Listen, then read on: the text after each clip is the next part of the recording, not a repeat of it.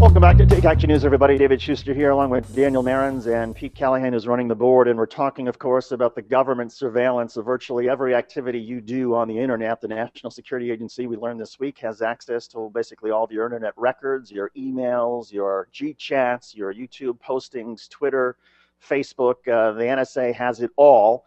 And there are a lot of questions and a lot of criticism of the Obama administration for both not revealing this until it was reported by a blogger who also works as a journalist, but also because there doesn't appear to be any clear oversight or any clear indication as to what the government is doing with this information.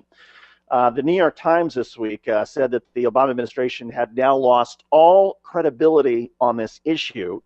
There have been tweets, for example, from Al Gore questioning whether the administration had engaged in behavior that was obscenely outrageous.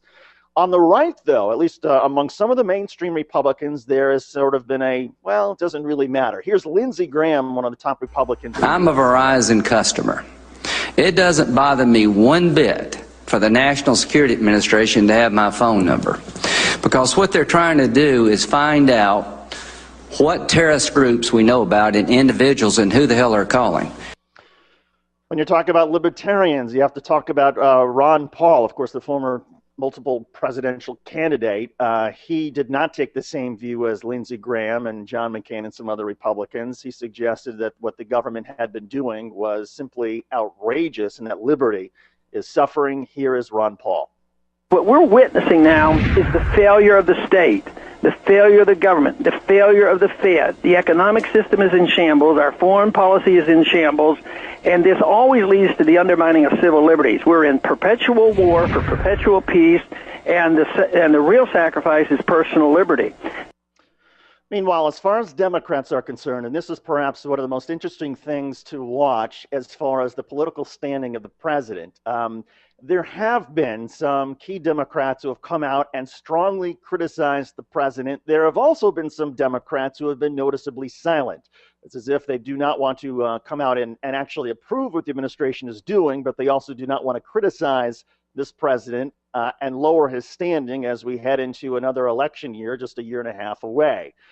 But again, the number of Democrats who have come out, and usually this is how these sort of scandals work. You can always sort of judge the political standing of the incumbent president based on what his own party does. That if his own party stays in line, if his own party remains disciplined and simply doesn't talk or isn't willing to give interviews, then the president and will likely not suffer huge amounts of political damage. But when members of the president's own party are willing to come out and go on the Sunday talk shows and go on radio programs and criticize the administration for engaging in this type of activity, then you know it is a huge political problem. Daniel, you had an opportunity this week to try to reach out to some congressional Democrats to see whether they would be willing to talk about this issue. And what did you find?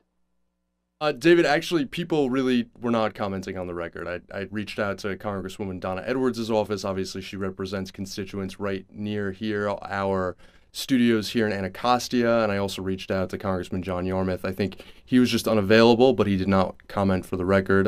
He was invited to come on.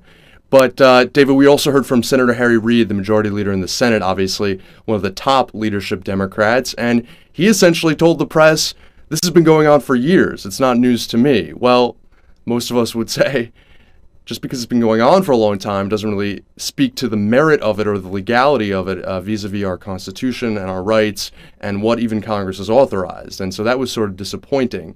But David, as I mentioned, in the past, there had been two senators, specifically Tom Udall of Colorado, or rather Mark Udall of Colorado and Ron Wyden of Oregon, who essentially said, if you knew, we can't say exactly, but you would be shocked by just how much authority the government does have. And that was their attempt to perhaps warn the American people that they knew about government authority to seize these phone records, the entire phone records of all Verizon customers, which is more than 100 million people. And again, that's not targeted. That's how wide that scope is. So we've heard them speak out about that in the past. And again, we heard Jeff Merkley, and the other senator from Oregon, speak out on the Rachel Maddow show last night. It was very civil, but he did say, I disagree with the president, and I'm shocked to learn about this program. And as far as the political impact, again, you follow sort of previous scandals and things that administrations have had difficult times with. It's one thing if a senator comes out and is sort of polite and says, I disagree with this president. We need to sort of re-examine the policy. It's another thing if one comes out raining hell on the administration and saying, I don't care, this is outrageous. And at least right now, I would say, it seems like the Democratic Party, while not happy with the president, is not about to sort of aggressively throw him under the bus, in part because of their own political fortune. And I think that gets to why a lot of analysts will tell you that the politics are not horrible for the president, even if you think that the policy is. And if you want Congress to make this a bigger issue, this is one of these issues where you have to raise holy hell yourself with your member of Congress and say, hey, when the heck are you going to start congressional oversight hearings? Because we need more answers on this particular program.